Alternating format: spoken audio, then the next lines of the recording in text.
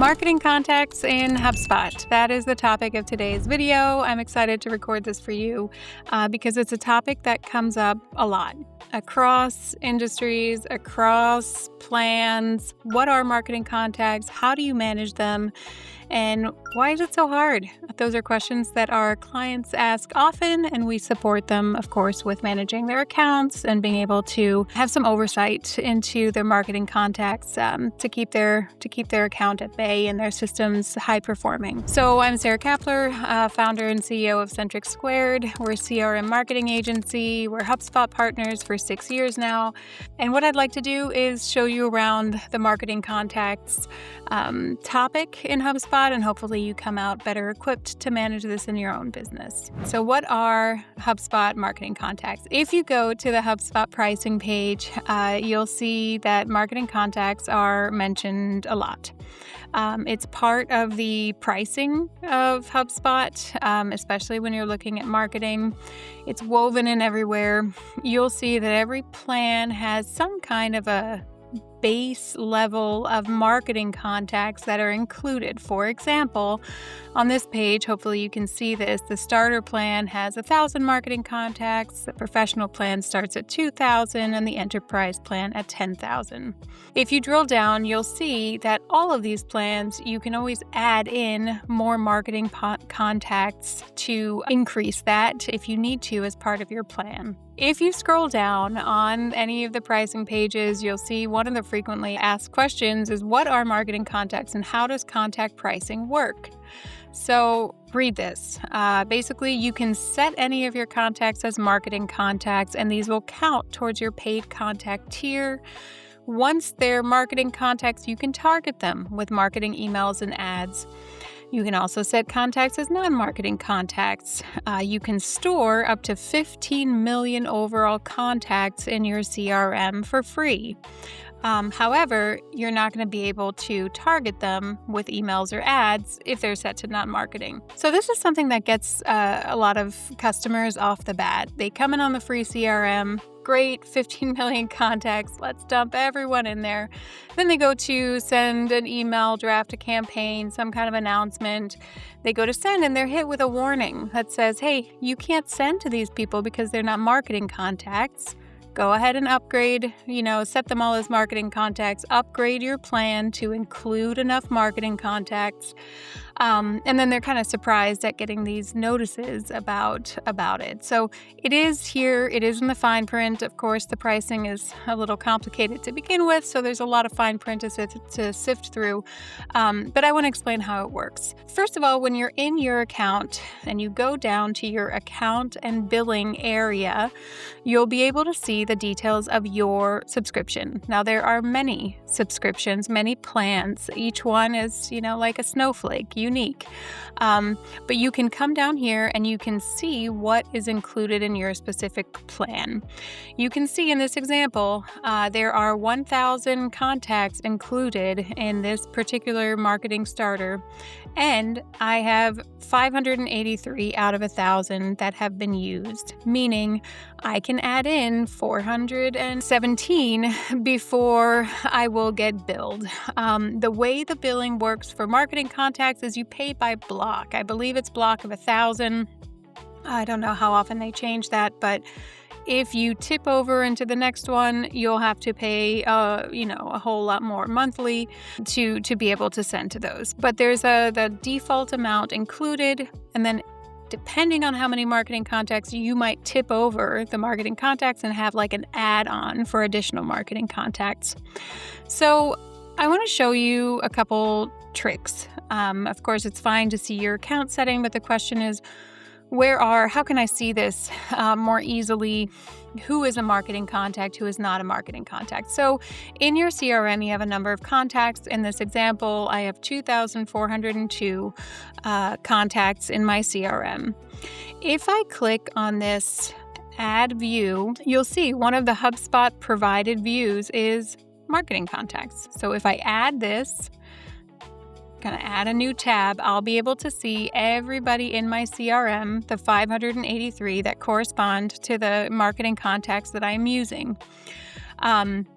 So it's easy to find. This number should match what's on your account, more or less. One little caveat to that, but I'll get to that in a second. If you want to see your non-marketing contacts, it's a little bit different. What you're going to do is go into your All Contacts view, and I'm going to show you how you can edit the columns in this view, and you can search for marketing contact status and apply. This will add a new column at the very end of your view, all over here, that will show you, is this person a marketing contact or not? Now, I like to kind of pull it over so I can see it right next to the name and email. There's obviously a lot of data in HubSpot, why it's so powerful, but also makes it a little bit hard to navigate sometimes. So I'm going to move this information, and I can kind of, in a nutshell, see, oh, should this person be a marketing contact or not? And I can kind of see it right next to the name and email, which tends to be where I need that information.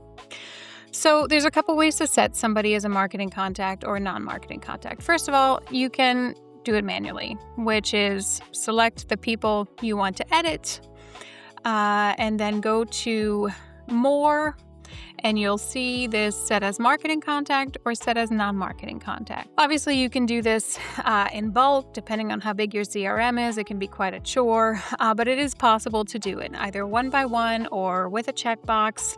And of course, it follows that if you can get everybody in a view, you could select all. Meaning, if you want to add an advanced filter to this, let's say people who have booked a meeting with you, anytime in the last year, you automatically want to, make sure that they're in the marketing context. You can use those filters. I won't do it now, but you can use all these filters and all this data to kind of look at the people you want, bulk select them, bulk edit them, done and done, managed.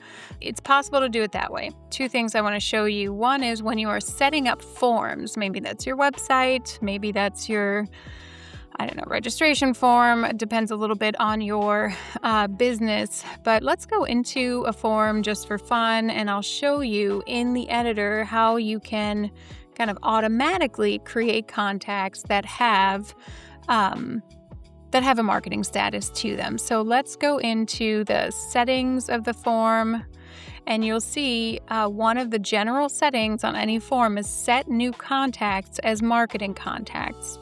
So most of the time, if you have an agency supporting you, or you have, someone who knows HubSpot, they know that, if you're collecting emails from a form, from your website, from whatever reason, you usually want them to be set as marketing contacts automatically, right? And so that setting should be on to begin with.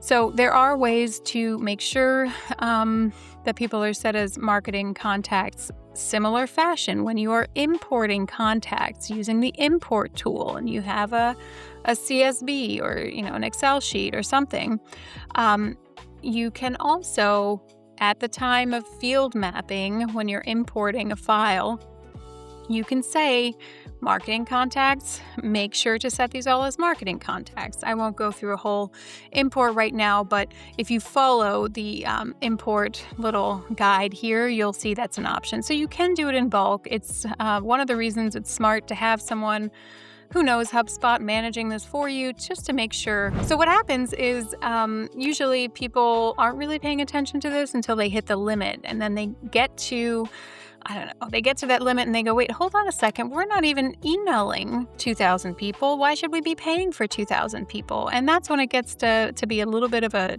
chore or an exercise to understand your business, understand all the entry points of people into your HubSpot, to be able to clean that out without, of course, losing potential clients, leads, or people that you really want to receive your campaigns. In a nutshell, this is marketing contacts.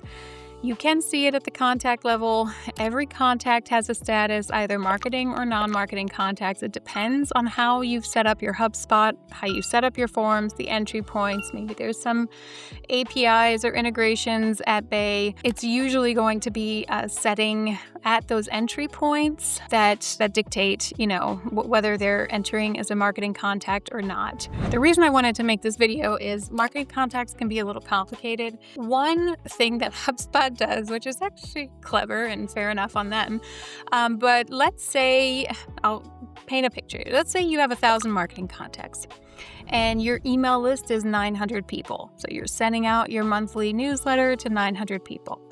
And then somebody on your team says, you know what, why don't we send out an email to our team too? You say, oh, that's a great idea. We have HubSpot, they're all in there. Let's go ahead and draft that. You draft it, you start sending it, and you have 150 people on your team. And you think, it's not a big deal. 150 is under 1,000. 900 is under 1,000. I'm not going to tip over any tier. The campaign itself is under the limit. Well, no, HubSpot is smarter than that. They know what you're trying to do. They know that you're trying to send to 1,000, 500 people or whatever, 50 people in this example. And they won't let you do that. Most, let's say, systems that have a kind of tier-based, it's checked at the time that you send it, right? And so if any given campaign is under the tier limits, you can kind of get away with ultimately having more recipients than your tier if you're smart about kind of segmenting your emails into smaller groups, right? So like each one goes under the radar. But HubSpot is smarter than that, so they don't let you do that, and they check at the contact level. And so maybe someone on your team thinks, you know what, we're just going to be smart. I'm going to go in, I'm going to temporarily put these 500 people to non-marketing contacts, and then I'll quickly get this campaign out, and then I'll come in and I'll turn them into marketing contacts again. Well, no. HubSpot won't let you do that either. You'll notice that when you go in to try to set contacts as non-marketing contacts, HubSpot will say, oh, okay, you want these 400 people to be non-marketing contacts? Message received. They will no longer be marketing contacts in 1 month. So they make you have this like 1 month lead time before the change is implemented. And you'll see in HubSpot is actually a special status. Instead of, it says there's like marketing contact status can be non-marketing or marketing contact. And then there's another field that's something like, is this set to downgrade and on what date? So they have a whole system in place to manage marketing contacts to avoid the kind of fishy tactics that a lot of people would otherwise use to try to circumvent these pricing. So first things first, if you were thinking, I have this brilliant idea, I'm just going to circumnavigate, it's actually a little tricky to do, and we wouldn't recommend that. Keeping an eye on your marketing contacts, managing your marketing contacts is smart. If you're a small business and you have under 400 people in your CRM, honestly, just make a pot of coffee and go through them manually. It's going to be easier than any of the automations you can use. Is it a little tedious? Yes, but someone is going to need to associate a name with your overarching marketing strategy, right, as part of this exercise. And when we're talking small volumes, it really will probably be easier to just bring someone a box of chocolates and ask them to do this chore.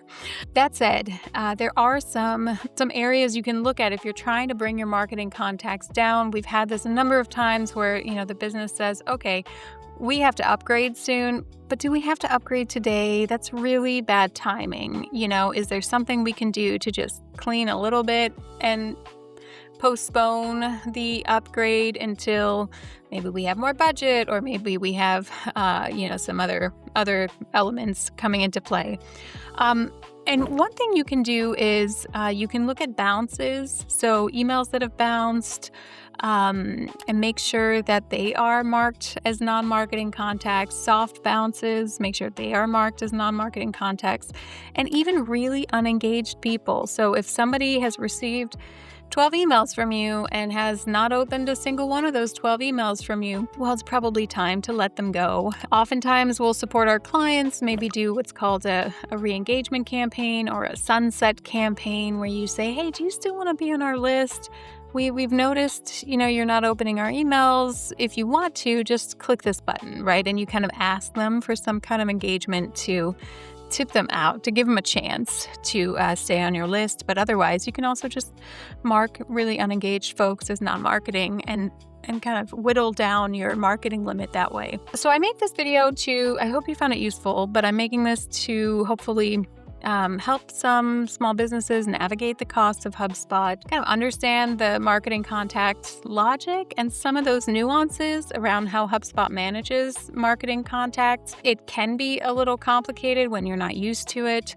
I recommend all small businesses, one, know how many marketing contacts you have in your HubSpot. If you're a HubSpot user, this is important information. And two, have some kind of mechanism in place to manage that, whether it's a quarterly review by somebody, or whether it's a more sophisticated list cleaning, strategy or campaign that an agency manages, up to you. But have some way of keeping that in check so that you don't have marketing costs just kind of running up without realizing it and without intentionally marketing to these people. Because what can happen is, if you're not careful, every time you're importing a list, every time you're, working on maybe more operational initiatives, these folks are somehow being marked as marketing contacts. That's going to rise up the cost of your HubSpot and in turn, make your bill a little bit bloated. So it's worth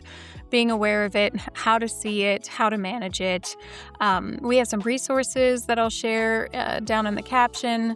And of course, if you need a hand talking through a strategy or getting a second opinion, please reach out. This is what we do for our clients all the time, and we're happy to help support you as well. I hope you like this video. Thank you for watching.